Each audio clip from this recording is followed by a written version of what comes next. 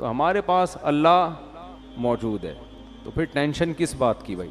بس ٹینشن یہ ہے کہ اللہ فوراً سنتا نہیں ہے. لوگ یہ کہتے ہیں ادھر مانگو ادھر جواب تو آتا نہیں ہے. میں نے جمعے کے بیان میں کہا تھا نا کہ مانگتے کچھ ہیں، جس کو مانگا تھا اس کے بچے ہم کو ماموں کہہ رہے ہیں. تو لوگ کہتے ہیں دعائیں قبول کہاں ہوتی ہیں؟ چلو جس کو مانگا تھا وہ نہیں ملی تو بھی ٹھیک ہے، دعا رد ہو گئی. وہ کسی اور کو مل گئی اور ٹینشن، اس کے بچے بھی ہو گئے، یہ اس سے بڑی ٹینشن. اور پھر اس سے بڑی ٹینشن، اس کے بچے ہم کو کیا کہہ رہے ہیں؟ ماموں کہہ رہے ہیں. تو کہاں دعائیں قبول ہو رہی ہیں؟ سب الٹی ہو رہی ہیں. تو یہ وسوسے دماغ میں آتے ہیں، بھائی وہ نہیں ملی کوئی اور مل جائے گا، اللہ کچھ اور دے دے گا آپ کو، اس سے اچھا دے دے گا. تو 17ویں پارے کا جو ابتدا ہوتی ہے، اقترب للناس حسابهم وهم فی غفلۃ معرضون، لوگوں کا حساب قریب آ چکا ہے لیکن وہ غفلت میں پڑے ہوئے ہیں اور اللہ کی آیتوں سے منہ موڑ رہے ہیں. ہر شخص کی موت قریب در قریب ہوتی چلی جا رہی ہے، اور کہتے ہیں هل هذا الا بشر مثلکم، یہ جو محمد صلی اللہ علیہ وسلم باتیں کر رہے ہیں یہ تو ہماری طرح کے انسان ہیں، ہم ان کے کہنے سے اپنی زندگی کیوں چینج کر لیں بھائی؟ کتنی عجیب عجیب دعوے کیے ہیں نا جو پوری دنیا میں کوئی بھی نہیں مانتا، جو بھی آپ کو نہ ماننے والوں میں، کہ تم مر کے مٹی ہو کے ختم نہیں ہوتے، تم زندہ ہوگے، حساب و کتاب دینا ہے. تو یہ بہت بڑا دعویٰ ہے. تو اللہ فرماتے ہیں لوگ کہتے ہیں کہ یہ بشر ہیں تمہاری طرح کے، افتأتون السحر، اے لوگو تم اس جادوگر کی پیروی کرتے ہو. یعنی محمد صلی اللہ علیہ وسلم کو کیا کہتے تھے؟ جادوگر. وانتم تبصرون، تم تو بصیرت رکھتے ہو. یہ تو کلام پڑھ پڑھ کے لوگوں کے دلوں پہ حکومت کر رہے ہیں، تو جادو ہے معاذ اللہ. اللہ فرماتے ہیں وما ارسلنا قبلک الا رجالا نوحی الیہم، بھائی ہم نے جتنے پیغمبر بھیجے سارے مرد بھیجے ہیں، انسان بھیجے ہیں. آج تک کوئی پیغمبر ایسا نہیں ہے جو ہماری طرح کا انسان نہ ہو، کوئی اور مخلوق ہو. یہ پہلی دفعہ تھوڑی ہوا ہے. اس صورت میں اللہ نے توحید کو بہت زیادہ بیان کیا، اور ابراہیم علیہ السلام کا واقعہ بہت اہتمام سے بیان کیا اس صورت میں. پہلے میں ابراہیم علیہ السلام کا مختصر واقعہ بیان کرتا ہوں، پھر دوسرے پیغمبروں کا جو اللہ کے ساتھ معاملات ہوئے. وَلَقَدْ آتَيْنَا إِبْرَاهِيمَ رُشْدَهُ مِن قَبْلُ، ہم نے ابراہیم کو پہلے ہی سے ہدایت دی تھی. ابراہیم اپنے والد اور اپنی قوم سے کہنے لگے مَا هَذِهِ التَّمَاثِيلُ الَّتِي أَنْتُمْ لَهَا عَاكِفُونَ، یہ کیا تصویریں ہیں جن کے سامنے تم ہر وقت مستنڈے بنے ہوئے بیٹھے رہتے ہو. مستنڈے کا لفظ میں استعمال کر رہا ہوں، ایسے گردن جھکا کے ان کے ادب احترام میں بیٹھے رہتے. تصویروں میں ایسا ہی ہوتا ہے نا، لوگ اپنے پیروں کی تصویریں لگاتے ہیں، بت بھی ایک تصویر ہی ہوتی ہے. تو بڑی حقارت سے کہا یہ کیا ہے؟ صبح شام ان کے سامنے جھکتے ہو اور مٹھائیاں لا کے رکھ رہے ہو، اور وہ جو کرتے ہیں نا ہندو لوگ صبح شام پتہ نہیں کیا کیا کر رہے ہوتے ہیں، سیوا کر رہے ہو، ان کی بتیاں جلا رہے ہو. یہ کیا ہے؟ یہ ان کی اوقات کیا ہے؟ جب بھی کسی کے پاس کوئی بات کی دلیل نہیں ہوتی نا تو اس کو دلیل سے بات سمجھ میں نہیں آتی. آپ اس کی اس شے کی تحقیر کریں گے تو بات سمجھ میں آئے گی. جیسے میں عاملوں کے بارے میں کہتا ہوں، ابے یہ کیا ہے؟ یہ بیکار جاہل قسم کے لوگ ہیں، یہ پٹھان ہوٹل سے 2 پراٹھے تو لا نہیں سکتے، یہ سنگ دل محبوب تمہارے قدموں میں لا کے ڈالیں گے. یہ جو دلیل ہے نا، اسٹائل، اس سے ان عاملوں کی عظمت دل سے نکل جاتی ہے. اگر عقل مند ہوگا آدمی، عقل مند نہیں ہوگا تو پھر وہ تو پھر سمجھاتے رہو ساری زندگی. ابے ان پرچیوں میں کیا رکھا ہوا ہے جو تم گلے میں کالے کالے پٹے لٹکا کے گھومتے ہو؟ کل ایک صاحب اچھے بھلے موٹے تازے ہٹے کٹے، ان کے گلے میں نے ایک تعویذ دیکھا. میں نے ان سے کہا یہی اسٹائل تھا میرا، یہ کیا لٹکایا ہوا ہے یار، کالا پٹا ہندوؤں کی طرح. کہتے ہیں بھائی جائز تعویذ ہے. میں نے کہا جائز ناجائز کی بحث میں نے کی آپ سے؟ اچھا لگ رہا ہے یہ کالا پٹا گلے کے اندر لٹکایا ہوا یہاں پہ؟ چھوڑو، سنت پر عمل کرو. نبی رات کو سورہ فلق سورہ ناس پڑھ کے دم کیا کرتے تھے.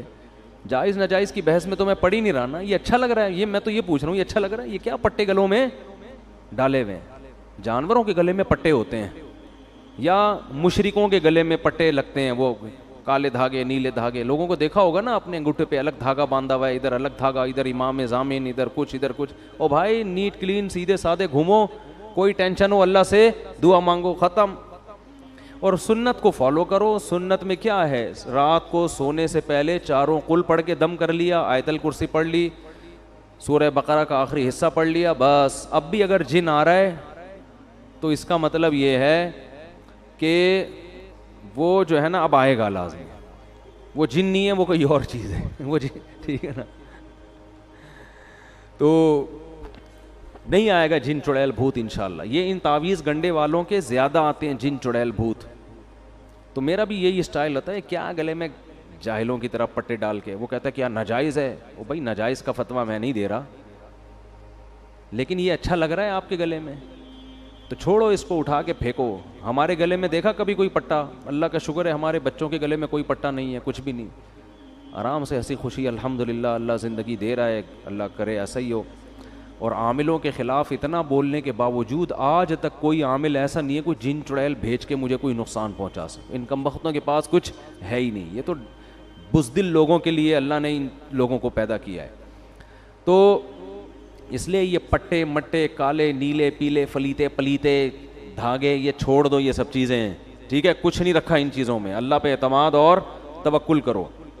اچھا بھائی, تو ابراہیم علیہ السلام نے فرمایا ما ہذہ التماثیل, یہ کیا تصویریں ہیں بھائی تمہارے ہاتھوں کی بنائی ہوئی.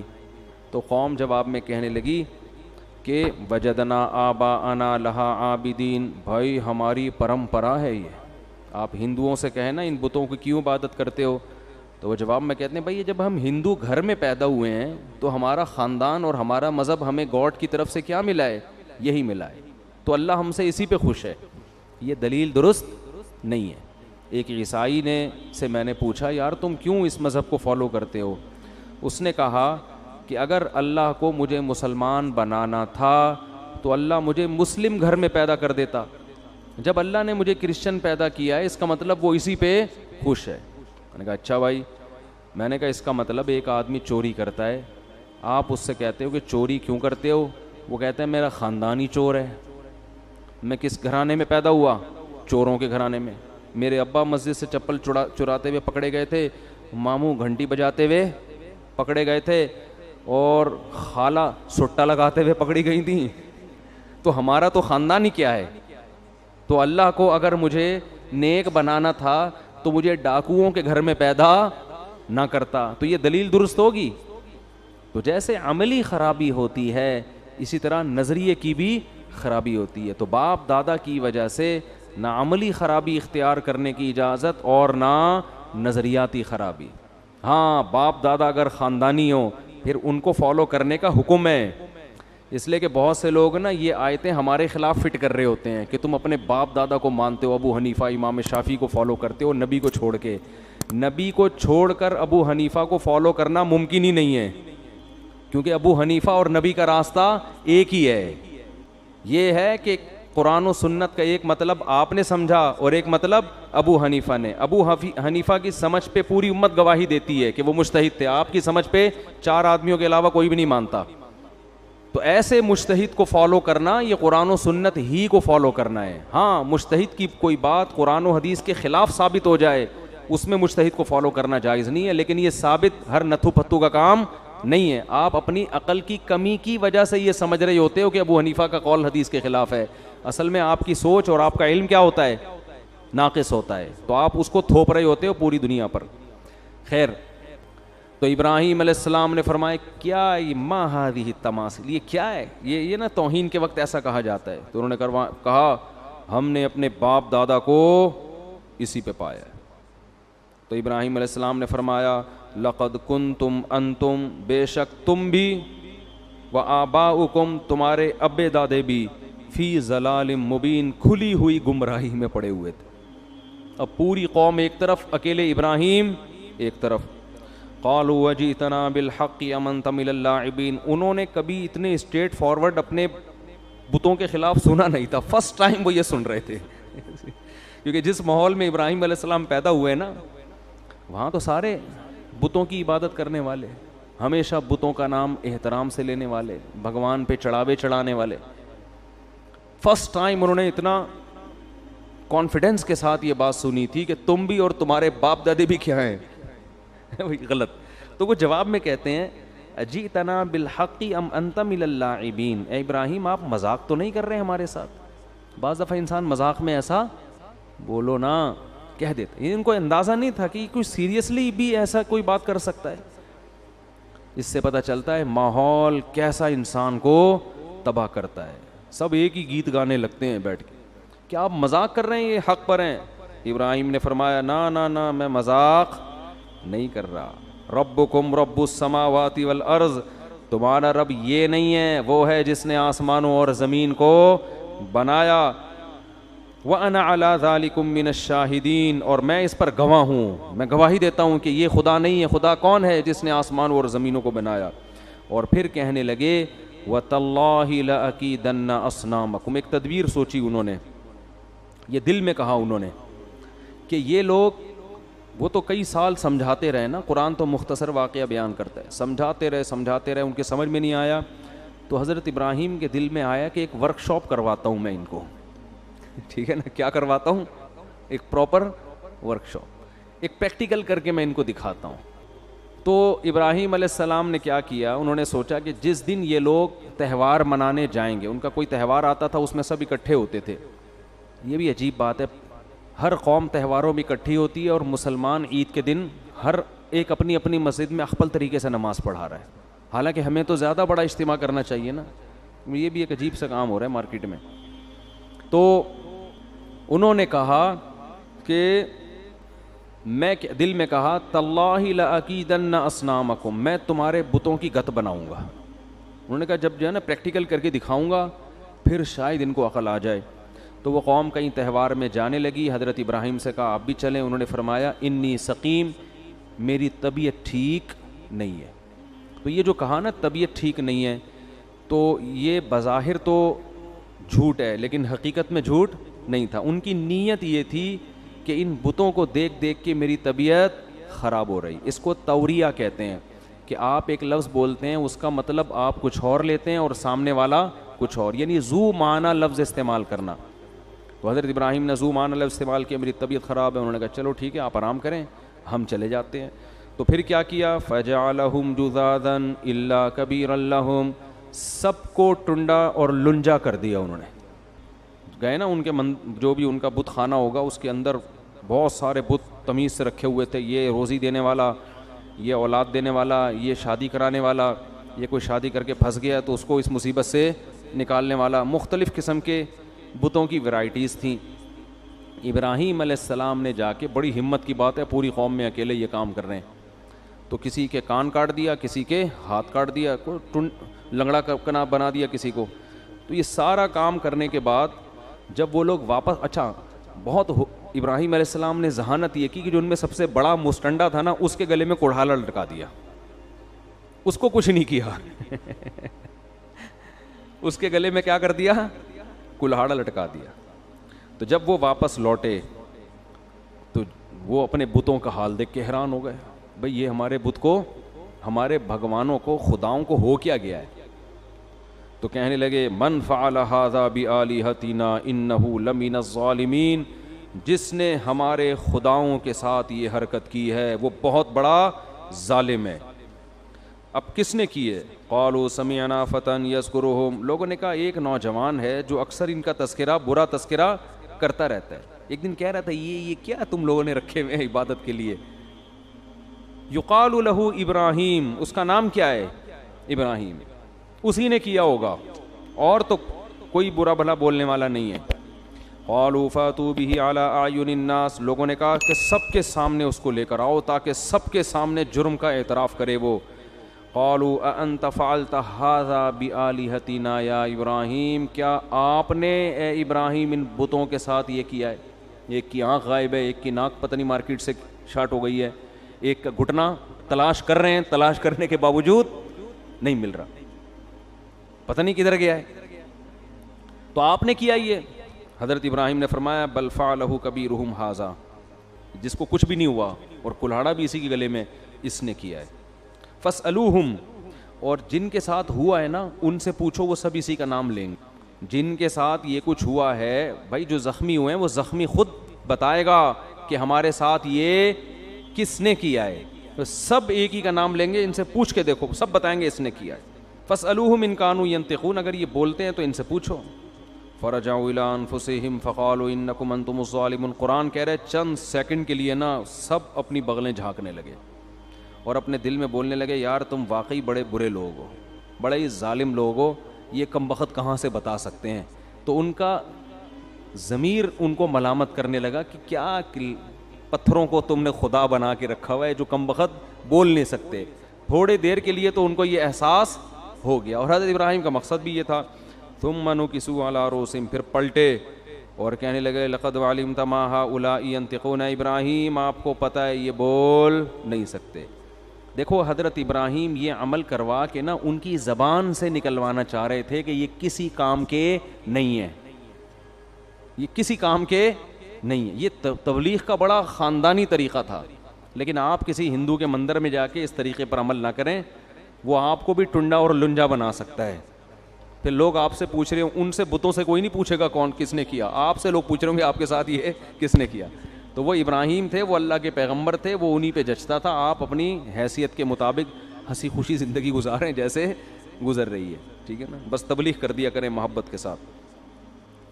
تو فرجعوا الی انفسہم, ہاں, قال افتعبدون من دون اللہ ما لا ينفعکم شیئا ولا یضرکم.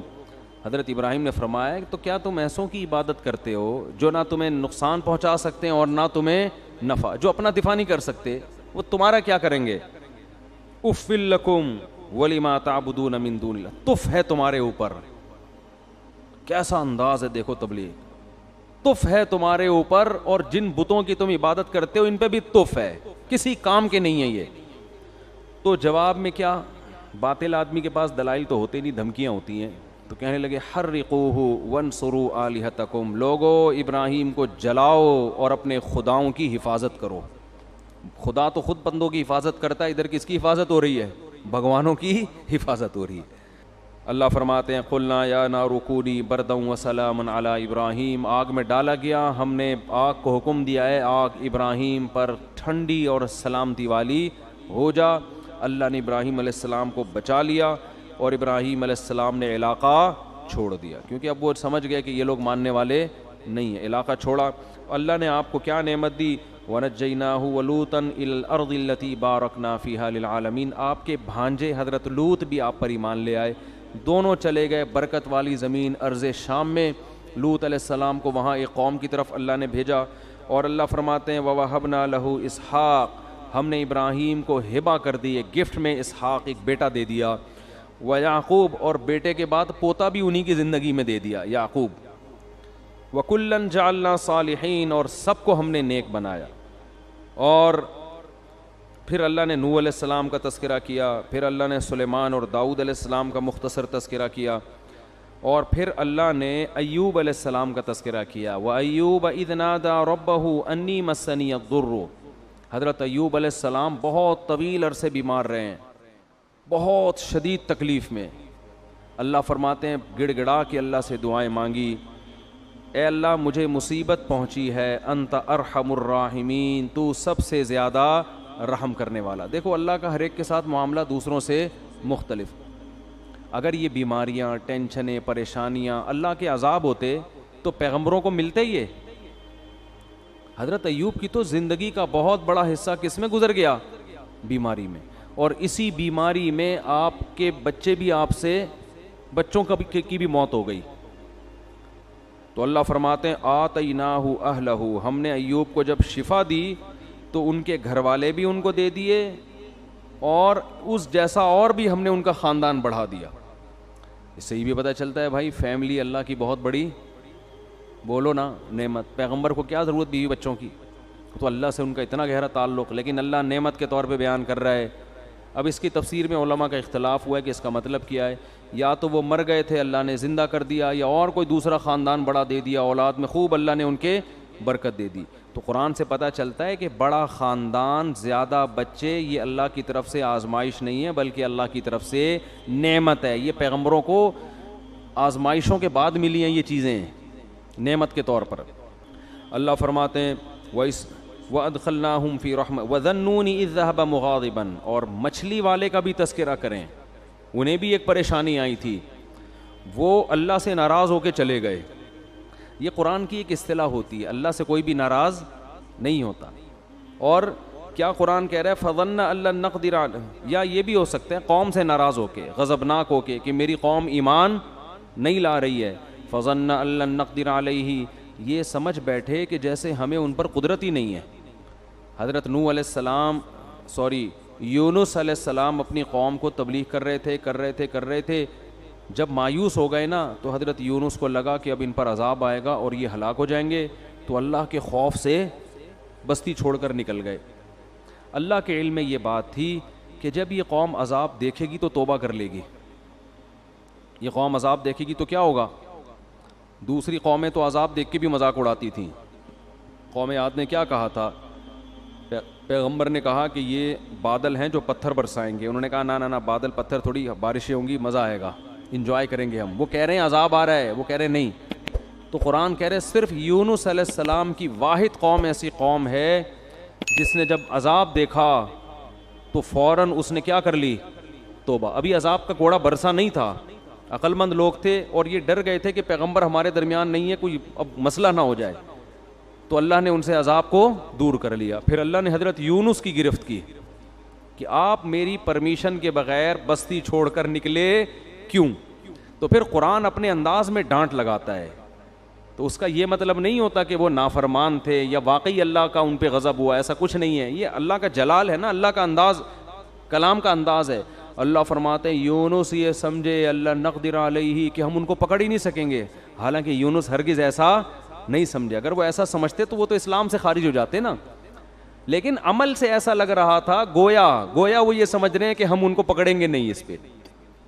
اس لیے علماء ان آیات کی تعویل کرتے ہیں دوسری آیات کی روشنی میں. یہ آیتیں اپنے ظاہر پر نہیں ہوتی. تو اللہ فرماتے ہیں پھر کیا ہوا, سمانگ لگانی پڑی. اور وہ کیسے, یونس علیہ السلام جب گئے نا تو کشتی میں وزن زیادہ ہو گیا اور کشتی ڈوبنے لگی. تو وہاں لوگوں نے کہا کہ کوئی شخص ہم میں ایسا ہے, کوئی غلام اپنے مولا کی پرمیشن کے بغیر بھاگا ہے تو قرآن اندازی ہوگی, جس کا نام آیا اس کو سمندر میں چھلانگ لگانی پڑے گی تاکہ دوسرے لوگ بچ جائیں. تو نام کس کا آیا؟ یونس علیہ السلام. کیا آزمائش ہے یار, ساری زندگی تبلیغ کی ہے بھائی. یعنی میں آج کل دینداروں کی بات کر رہا ہوں کہ جو نماز پڑھتے ہیں, روزہ رکھتے ہیں, کہتے ہیں یار ہم تو اتنے نیک لوگ ہیں نہ. کبھی پرسوں کیا ہوا, میں آپ کو دلچسپ واقعہ سناؤں. میں کسی کام سے صدر کی طرف رات کو جا رہا ہوں 2 بجے. راستے میں ہوٹل میں ہم نے کہا کہ چلو کھانا کھاتے ہیں, بھوک بہت سخت لگ رہی تھی, کھانا نہیں کھایا ہوا تھا. تو ہوٹل میں جب میں بیٹھا تو ایک صاحب آئے, گھنٹہ انتظار کیا نا میرا انہوں نے کہ یار آپ کھانا کھاؤ تو میں نے آپ سے ایک سوال پوچھنا, اور بڑی عقیدت میں نے کہا چلو بیچارے اتنی دیر سے بیٹھے ہوئے ہیں, کھانا ہم نے تسلی سے کھایا, آ کے مجھ سے ملے, السلام علیکم. وعلیکم السلام, خیریت سے ہیں جی؟ الحمدللہ. بڑی خوشی ہوئی. میں نے کہا ماشاء اللہ.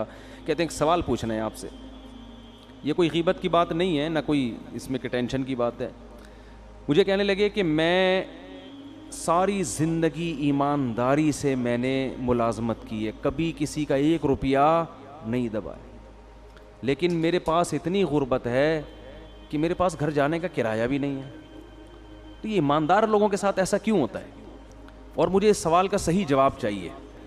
میں نے کہا بھائی بعض دفعہ ہوتا ہے, اللہ کی طرف سے آزمائش ہوتی ہے, عموماً تو ایسا نہیں ہوتا. ایماندار لوگوں کے مال میں اللہ برکت دیتا ہے, لیکن کبھی کبھار اللہ کی طرف سے آزمائش بھی آتی ہے اور بے ایمان لوگ ترقی بھی کر جاتے ہیں. پھر میں نے مثال دی سابق صدر کی. میں نے کہا ایمانداری کا عالمی ریکارڈ قائم کیا ہے, مگر آپ دیکھو پیسہ ہے کہ آیا ہی چلا جا رہا ہے. آئے پوری اسٹیل میں 1 چمچ اسٹیل کا کھا سکتے ہیں آپ, ہیں بھائی؟ 1 چمچ ہم اسٹیل کا چبا نہیں سکتے, اور بعض لوگ پوری اسٹیل ملیں کھا گئے ہیں. تو میں نے کہا دیکھو یہ تو اللہ کی طرف سے. مجھے کہتے ہیں جواب درست نہیں ہے. کہتے ہیں آپ کے جواب سے میں بالکل بھی مطمئن نہیں ہوا. پھر میں نے یہ بات ان کو سمجھائی. کہہ رہے ہیں آپ کے جواب سے میں بالکل مطمئن نہیں ہوا, السلام علیکم, آپ جا سکتے ہیں. میں نے کہا بھائی میرے پاس تو یہی جواب تھا, وعلیکم السلام, اپنا خیال رکھیے گا. خیر انہوں نے مجھ سے معذرت بھی کی کہ اگر آپ کو تکلیف ہوئی تو معذرت چاہتا ہوں. تو یہ ہمارے ہاں بہت سے دینداروں میں ہے کہ ہم نماز بھی پڑھ رہے ہیں, ہم تو ایمانداری سے نہ کسی کا دل دکھاتے ہیں, نہ یوں کرتے ہیں نہ یوں کرتے ہیں, پھر بھی آزمائشیں آ رہی ہیں. تو بھائی یونس علیہ السلام کو دیکھو, ساری زندگی تبلیغ کی ہے اور نکلے بھی اللہ کے خوف سے. یعنی اس لیے نہیں کہ تبلیغ چھوڑ کے معاذ اللہ بھاگ رہے ہوں, بھائی اللہ کا عذاب نہ آ جائے. تو اللہ کا عذاب تو ایسی چیز ہے کہ اس سے تو بھاگنا ہی چاہیے. لیکن نتیجہ کیا نکل رہا ہے نام کس کا آ رہا ہے قرآن اندازی میں؟ حضرت یونس کو تو سوچنا چاہیے تھا کہ اللہ جب میں تیری ساری زندگی میں نے تبلیغ کی ہے اور اب عذاب آ رہا ہے تو میں بھاگ رہا ہوں، تو کنوینس کا انتظام کس کے ذمے ہے بھائی؟ اے اللہ کم از کم بائی روڈ کا انتظام کر دے، یا بائی ایئر کا انتظام کر دے، یا شپ کا کوئی انتظام کر دے. یہ انتظام تو تیرے ذمہ. اپنے کرایہ خرچ کر کے میں کشتی میں بیٹھ رہا ہوں اور وہ کشتی کیا ہو رہی ہے؟ ڈاماڈول ہو رہی ہے. تو اس وقت ان کو خیال آیا ہوگا کہ کشتی میں ڈوبنے کا خطرہ ہے، کوئی بات نہیں، دوسرا کوئی بندہ یہاں سے اترے گا، ہم تو بچیں گے کیونکہ ہم تو اللہ کے پیغمبر اور بہت نیک. عجیب بات، کسی کا نام نہیں آ رہا.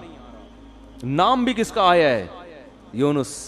تو اب جب نام آیا تو بھی اللہ سے شکایت نہیں کہ یہ کیا ہو رہا ہے میرے ساتھ. کنوینس کا اللہ نے کوئی انتظام بھی نہیں کیا پراپر ہے بھائی، اور ایسی کشتی میں بٹھوا دیا جو اب کیا کر رہی ہے؟ ڈوب رہی ہے. اور اللہ نے تو مجھ سے بڑے بڑے وعدے کیے تھے. اور اب اتنے درجنوں لوگوں میں نام کس کا آ رہا ہے؟ میرا. کچھ بھی نہیں ہے. چلو سمندر میں چھلانگ لگائیں گے، کوئی پھٹا وٹا مل جاتا ہے، کہیں تیر کے آدمی چلا جاتا ہے، کچھ نہ کچھ دیر تو زندہ رہتا ہے نا. ادھر سمندر میں چھلانگ لگائی اور مچھلی منہ کھول کے کھڑی ہوئی ہے، لے بھائی مچھلی کے پیٹ میں. لیکن ایک حرف شکایت کا نہیں آ رہا. قرآن ہمیں یہ سب کیوں بتاتا ہے؟ اللہ سے اچھا گمان رکھو. ہر غلطی اپنے کھاتے میں ڈالو. ہر غلطی نہیں بھی ہو تو بولو میں غلط ہوں. ہر غلطی کس کے کھاتے میں؟ بھائی میں ہی غلط ہوں. مجھے یاد ہے ایک دفعہ ہم جب چھوٹے بچے تھے نا، اس وقت تبلیغ والوں میں بڑا جوش ہوتا تھا. اب بھی ہے لیکن وہ والا جوش رہا نہیں ہے. وہ بڑا جوش ہوتا تھا بھائی. وہ جب 3 دن کی جماعت آتی تھی نا، پورے محلے کو ہلا کے جاتی تھی. وہ ہر ایک کو لے کے، کوئی گٹر کے ڈھکن پہ بیٹھے ہوئے اس کو سمجھا رہے ہیں، ادھر لے آ کے چائے پلا رہے ہیں. بڑا اب بھی ہے لیکن ظاہر ہے جو چیز شروع میں ہوتی ہے اس میں جوش زیادہ ہوتا ہے. تو وہ بہت محنت تھی.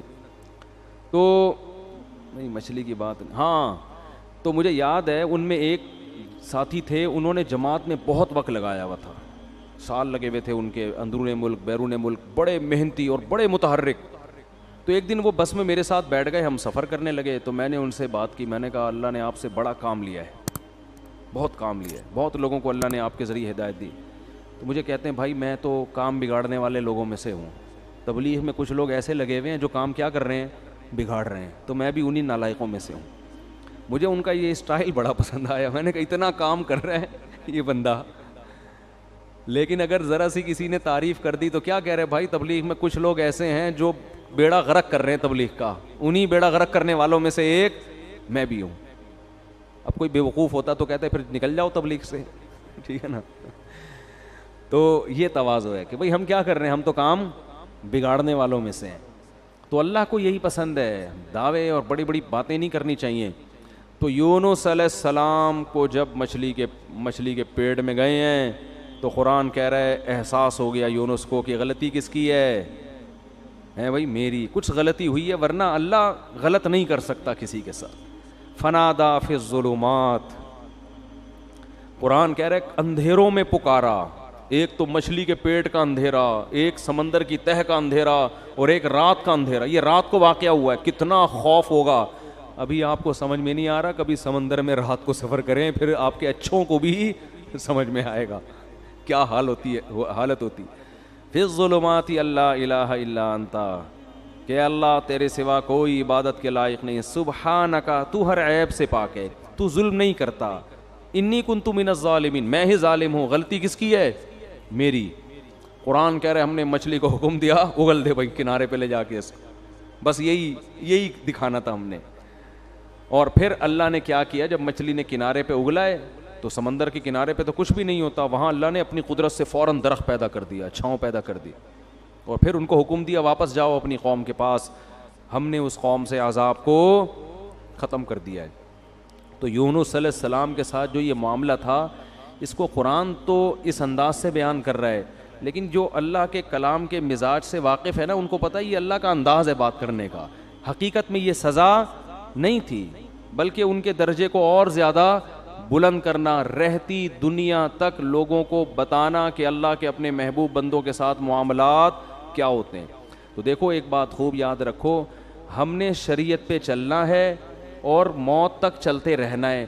جو بھی ہو جائے، جیسا غلط ہو اچھا ہو، یہ ہمارا ہیڈک نہیں ہے، یہ مسئلہ اللہ کا ہے. سمجھتے ہو؟ اور آپ نے اپنے لحاظ سے شریعت کے حکم پر عمل کیا, بعد میں پتہ چلا حکم ایسے نہیں بلکہ ویسے ہے, ٹینشن لینے کی ضرورت نہیں ہے. بھائی ہم تو اسی کے مکلف ہیں. جیسے یونس علیہ السلام اس وقت یہ سمجھ رہے تھے کہ مجھے یہاں سے بھاگ جانا چاہیے, بھئی عذاب آئے گا تو میں بھی پس جاؤں گا, تو اپنے لحاظ سے بالکل ٹھیک کیا. اللہ نے سزا دی اور سمجھایا کہ بھاگنا نہیں چاہیے تھا. انہوں نے کہا اللہ میں توبہ کرتا ہوں.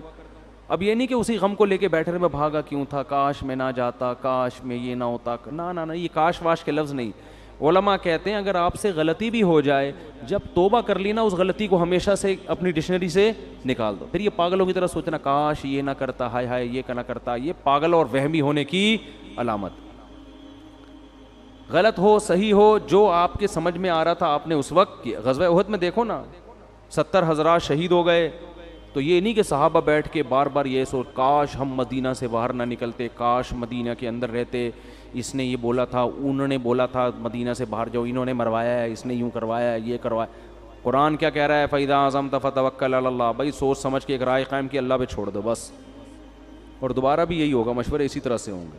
اور اگر مگر کا لفظ استعمال نہ کرو. کتنا صاف پابندی لگا دی نا, آگے بڑھو بس. تو اس میں نقصان ہو فائدہ ہو, کیونکہ اصل آخرت ہے, آخرت میں اللہ نوازے گا آپ کو. تو یونس علیہ السلام کو دوبارہ اللہ نے بھیجا. پھر اللہ نے حضرت زکریا کا واقعہ بیان کیا. وہ بھی ایک غم میں مبتلا تھے. وہ غم کیا تھا؟ اولاد نہیں تھی, پریشان تھے, ساری زندگی دعائیں مانگتے مانگتے مانگتے گزر گئی مگر اولاد نہیں ہوئی. بالآخر بوڑھے ہو گئے اور بالوں میں بھڑکنے والی سفیدی آ گئی. ایسی سفیدی جو بالکل بال بھڑک رہے ہوتے ہیں نا, سفیدی سے چمک رہے ہوتے ہیں, ایسی سفیدی. بیوی بانجھ بھی تھی اور اب بوڑھی بھی ہو گئی. جوان عورت اگر بانجھ نہ ہو, بوڑھی ہونے کے بعد تو ویسے ہی اولاد کا امکان ختم. اور اگر پہلے سے بانجھ بھی ہو اور پھر بوڑھی بھی ہو جائے, اب تو کوئی چانس ہی نہیں ہے. لیکن دعائیں اللہ سے مسلسل مانگ رہے ہیں. تو اللہ نے کیا فرمایا, اذ نادا ربہ, زکریا کو یاد کرو, انہوں نے اپنے رب کو پکارا, رب لا تذرنی فردن, اے اللہ مجھے تنہا مت چھوڑ. حالانکہ آپ کے تو ہزاروں شاگرد تھے, اولاد مانگ رہے ہیں اللہ سے. وَأَنْتَ خَيْرُ الْوَارِثِينَ, اے اللہ تو سب سے بہتر وارث ہے. فَاسْتَجَبْنَا لَهُ, اللہ فرماتے ہم نے ان کی دعا کو قبول کیا. وَوَهَبْنَا لَهُ يَحْيَىٰ, ہم نے گفٹ میں ان کو یحییٰ عطا کیے. پہلے ہی اللہ نے نام بھی بتا دیا. وَأَصْلَحْنَا لَهُ زَوْجًا, ان کی زوجہ کو بھی تندرست کر دیا, اولاد کے قابل بنا دیا. کیوں یہ عجیب کام کیوں کیا؟ اس لیے كَانُوا يُسَارِعُونَ فِي الْخَيْرَاتِ, فرمایا یہ خاندان ایسا تھا کہ یہ نیکی کے کاموں میں ایک دوسرے سے آگے بڑھنے کی فکر میں لگے رہتے تھے. انداز دیکھو قرآن کا. ہمارے خاندانوں میں کیا ہے, پیسہ کمانے میں ایک دوسرے سے اسپیڈ, ہر آدمی کوشش کر رہا ہے میری اسپیڈ اس سے کیا ہو جائے, صحت میں میری اسپیڈ اس سے زیادہ. جم میں جب جاتے ہیں تو ایک دوسرے کے ڈولے دیکھ کے کہتے ہیں کہ میرے اس سے, وہ جو ٹریننگ دینے والا ہوتا ہے اس سے کہتے ہیں, اشارہ کر کہتے ہیں اس سے ڈبل ہونا چاہوں, ڈبل, 1-2 مہینے بعد مجھے اس سے ڈبل کر دو. کسی کی فٹنس دیکھ کے کہتے ہیں کہ اس کی کمر نظر تو آ رہی ہے, میری ایسی ہونی چاہیے کہ CID والے بھی تلاش کریں تو ان کو نہ ملے. تو ہم فٹنس میں, صحت میں, دولت میں, ان میں کیا کر رہے ہیں آگے. اگر یہ اللہ کے لیے ہو تو پھر تو ٹھیک ہے, لیکن اللہ کے لیے ہے نہیں نا, مسئلہ تو عیاشی کے لیے. تو اللہ فرماتے ہیں زکریا, ان کی زوجہ اور یہ جو خاندان تھا, یہ نیکیوں میں, خیر کے کاموں میں ایک دوسرے سے آگے بڑھنے کی کوشش کرتے رہتے. حضرت شیخ الحدیث مولانا زکریا رحمۃ اللہ علیہ نے اپنی آپ بیتی میں لکھا ہے کہ ہمارے گھر میں اتنی عبادت کا ماحول ہے کہ ہماری بیٹیاں بہویں تلاوت میں ایک دوسرے سے مقابلہ کر رہی ہوتی ہیں. رمضان میں تہجد میں ایک دوسرے سے مقابلہ ہوتا ہے. تو یہ جب تک یہ سوچ پیدا نہیں ہوتی نا, انسان کوئی کارنامہ سر انجام نہیں دیتا. ہمیں یاد ہے جب جاگنے کی راتیں آتی تھیں, ہم چھوٹے بچے تھے, تو مسجدوں میں ہمارے مقابلے ہوتے تھے, کتنی رکعتیں کون پڑھے گا. ابے اس نے 50 پڑھ لی, ہم کہتے ہیں ابے ہم 100 پڑھ کے دکھائیں گے. اب یہ مقابلے بھی, گھروں میں بھی یہ مقابلے ختم. اب اسکور کون PUBG میں زیادہ بنا رہا ہے, اب مقابلے اس میں ہو رہے ہیں. تو آج بھی الحمدللہ ایسے علماء موجود ہیں جن کے گھروں میں تلاوت کا معمول اور عبادت کا معمول. تو اللہ فرماتے ہیں یہ لوگ نیکیوں میں, صدقات و خیرات میں, نمازوں میں ایک دوسرے سے سبقت کرتے تھے. وَيَدْعُونَنَا رَغَبًا وَرَهَبًا, یہ جملہ جو ہے نا یہ پہلے سے بھی زیادہ اہم ہے. اور یہ ہمیں پکارا کرتے تھے جہنم کے خوف اور جنت کی لالچ میں. آج جو ہماری دعائیں ہیں ان میں جنت اور جہنم کا عنصر کم ہو گیا ہے, دنیا کا عنصر زیادہ ہو گیا. ٹھیک ہے, وہ بھی دنیا بھی مانگے اللہ سے, لیکن جس چیز کی جتنی زیادہ ضرورت ہو سب سے زیادہ وہ مانگنی چاہیے. ہمیں سب سے زیادہ ضرورت اس بات کی ہے کہ اللہ ہمیں سیدھے راستے پہ چلا دے. دنیا تو گزر جائے گی جیسی تیسی. تبھی حدیث میں یہ دعا آئی ہے, لا تجعل مصیبتنا فی دیننا. اے اللہ اگر کوئی مصیبت ہمارے مقدر میں لکھی ہے نا تو وہ دین میں نہ آئے, دنیا میں آ جائے. وہ نہیں آ رہی بات. اگر اللہ کرے کہ کہیں مصیبت نہ آئے, لیکن اگر کوئی مصیبت لکھی ہوئی ہے, آنی ہی ہے, تو اللہ اس سے دنیا کا نقصان ہو جائے, آخرت کا نقصان نہ ہو, دین خراب نہ ہو ہمارا. کیوں؟ دنیا مسافر خانہ ہے بھائی, جیل میں بھی گزر جائے گی, ایک دن آئے گا. 1000 سال بھی عمر اگر ہمیں مل جائے نا وہ بھی ختم ہوگی. نوح علیہ السلام کی ہو گئی نا ختم, تو ہماری بھی ختم ہو جائے گی ایک دن. تو اللہ کہتے ہیں جنت کی لالچ اور جہنم کا خوف. یعنی راتوں کو اٹھ کے جو دعائیں مانگتے تھے اس دعا میں زیادہ عنصر کیا تھا؟ اے اللہ جہنم کی آگ سے بچا اور جنت کی نعمتیں عطا کر. پھر اس کے لیے عملی کوشش بھی کرے انسان. پھر اللہ نے حضرت مریم کا تذکرہ کیا کہ کیسے پاک دامن تھیں. تو یہ تو تھی سورہ حج. اس کے بعد ہے سورہ انبیاء تھی, پھر سورہ حج ہے. سورہ حج میں اللہ نے قیامت کے زلزلے سے اس کو شروع کیا. اے لوگو اتقوا ربکم, اپنے رب سے ڈرو. ان زلزلۃ الساعۃ شیء عظیم, قیامت کا زلزلہ کوئی معمولی چیز نہیں ہے. یوم ترونھا, جس دن تم اس زلزلے کو دیکھو گے. تذہل کل مرضعۃ عما ارضعت, سب سے زیادہ ماں اپنے دودھ پیچھے بچے سے محبت کرتی ہے. اللہ فرماتے ہیں ہر دودھ پلانے والی, چاہے وہ انسان ہو یا جانور ہوں, وہ اپنے دودھ پلانے والے بچے سے اس زلزلے کو دیکھ کر غافل ہو جائے گی. وَتَضَعُ كُلُّ ذَاتِ حَمْلٍ حَمْلَهَا, ہر حمل والی عورت یا جانور وہ اپنے بچے کو اس ٹینشن سے گرا دیں گے. وَتَرَى النَّاسَ سُكَارَى, اور تم اس منظر میں اگر لوگوں کو دیکھو گے تو ایسا لگے گا یہ نشے میں ہیں. وَمَا هُمْ بِسُكَارَى, حالانکہ انہوں نے نشہ نہیں کیا ہوگا. وَلَكِنَّ عَذَابَ اللَّهِ الشَّدِيدُ, اللہ کا عذاب بہت سخت ہوگا.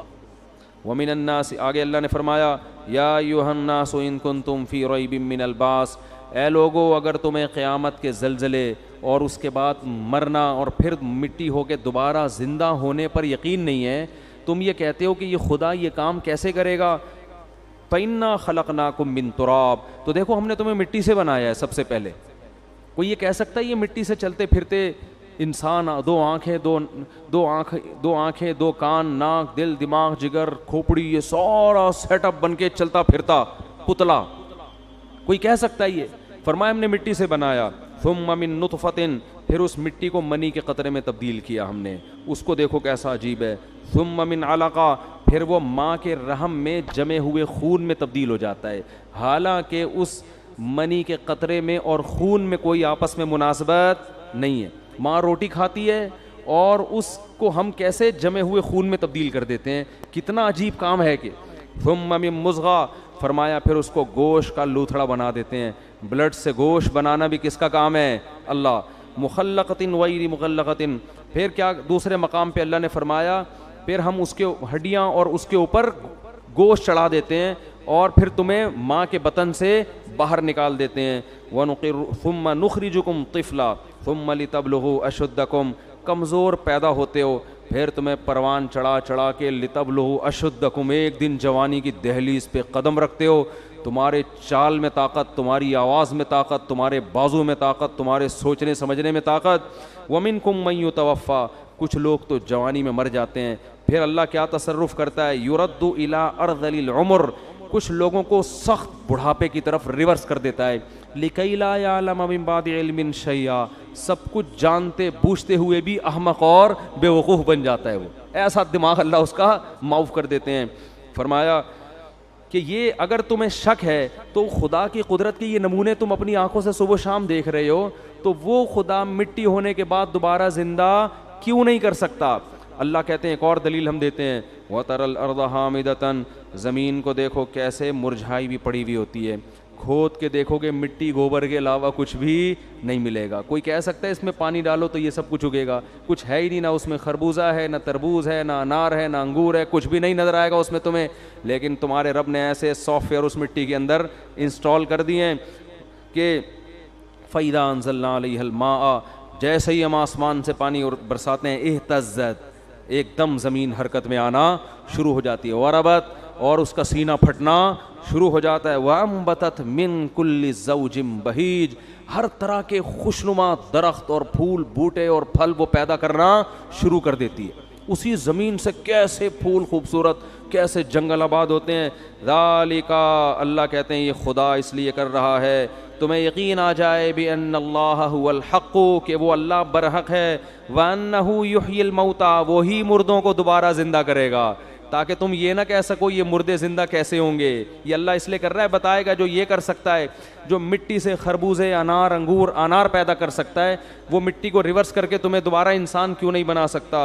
وَأَنَّهُ عَلَى كُلِّ شَيْءٍ قَدِيرٌ, اور تمہیں یقین آ جائے کہ اللہ ہر چیز پر قدرت رکھتا ہے. وَأَنَّ السَّاعَةَ آتِيَةٌ لَا رَيْبَ فِيهَا, تمہیں پتہ چل جائے کہ قیامت ایک دن آئے گی اور اس کے آنے میں کوئی شک نہیں ہے. وَأَنَّ اللَّهَ يَبْعَثُ مَن فِي الْقُبُورِ, اور جو قبروں کے اندر دفن ہیں, لوگ پڑے ہوئے ہیں, اللہ ان کو ایک دن اکھاڑ کے اپنے سامنے کھڑا کر دے گا. کیا انداز ہے قرآن مجید کا. دنیا میں سب سے بڑا احمق اور بے وقوف وہ ہے جو یہ کہتا ہے کہ ہم مٹی ہو کے ختم ہو جاتے ہیں. بھلا کون اس مٹی میں دوبارہ جان ڈالے گا؟ صبح و شام اللہ پانی برسا کے مٹیوں میں ہی تو جان ڈال رہا ہے جو ہم کھا رہے ہیں. یہ انار مٹی ہی تو ہے جو آپ کھاتے ہو, یہ کھجور مٹی ہی تو ہے جو ہم کھاتے ہیں, یہ روٹی مٹی ہی تو ہے جو ہم کھاتے ہیں, گوشت مٹی ہی تو ہے جو جانور نے کھایا اور اس سے گوشت بنا, دودھ مٹی ہی تو ہے, یہ سارے, اور ہم بھی تو مٹی ہیں. مٹی سے کیسے مختلف چیزیں اس نے بنا دیں, اس پہ نہیں مان رہے کہ اللہ کی قدرت, اور اعتراض کس پہ کر رہے ہیں, مٹی سے دوبارہ انسان کیسے بنے گا. تو اللہ فرماتے ہیں یہ سب ہم اس لیے تو اپنے قدرت کے نمونے دکھا رہے تاکہ تمہیں پتہ چل جائے. پھر اللہ کہتے ہیں وَمِنَ النَّاسِ مَن يُجَادِلُ فِي اللَّهِ بِغَيْرِ عِلْمٍ, بہت سے لوگ ایسے ہیں جو اللہ کے بارے میں بغیر دلیل کے جھگڑتے ہیں. کیا جھگڑنا, وہی اللہ کہہ رہے زندہ کروں گا اور یہ کہتے ہیں نہیں ہوگا. فرماتے ہیں ان کا انداز کیا ہوتا ہے, ثانی عطفہ, جب ان کے سامنے اللہ کی آیات تلاوت کی جاتی ہیں کہ تم زندہ ہوگے, تمہیں حساب دینا ہے, تو یہ اپنے پہلو کو موڑ لیتے ہیں وہاں سے. چلو یار کوئی اور بات کرو, یہ کیا قصے کہانیاں لے کے بیٹھ گئے ہو. یہ انداز ہے قرآن کا. ثانی عطف, اپنے پہلو کو کیا کر لیتا ہے, فولڈ کر لیتا ہے, فوراً موو کرتا ہے وہاں.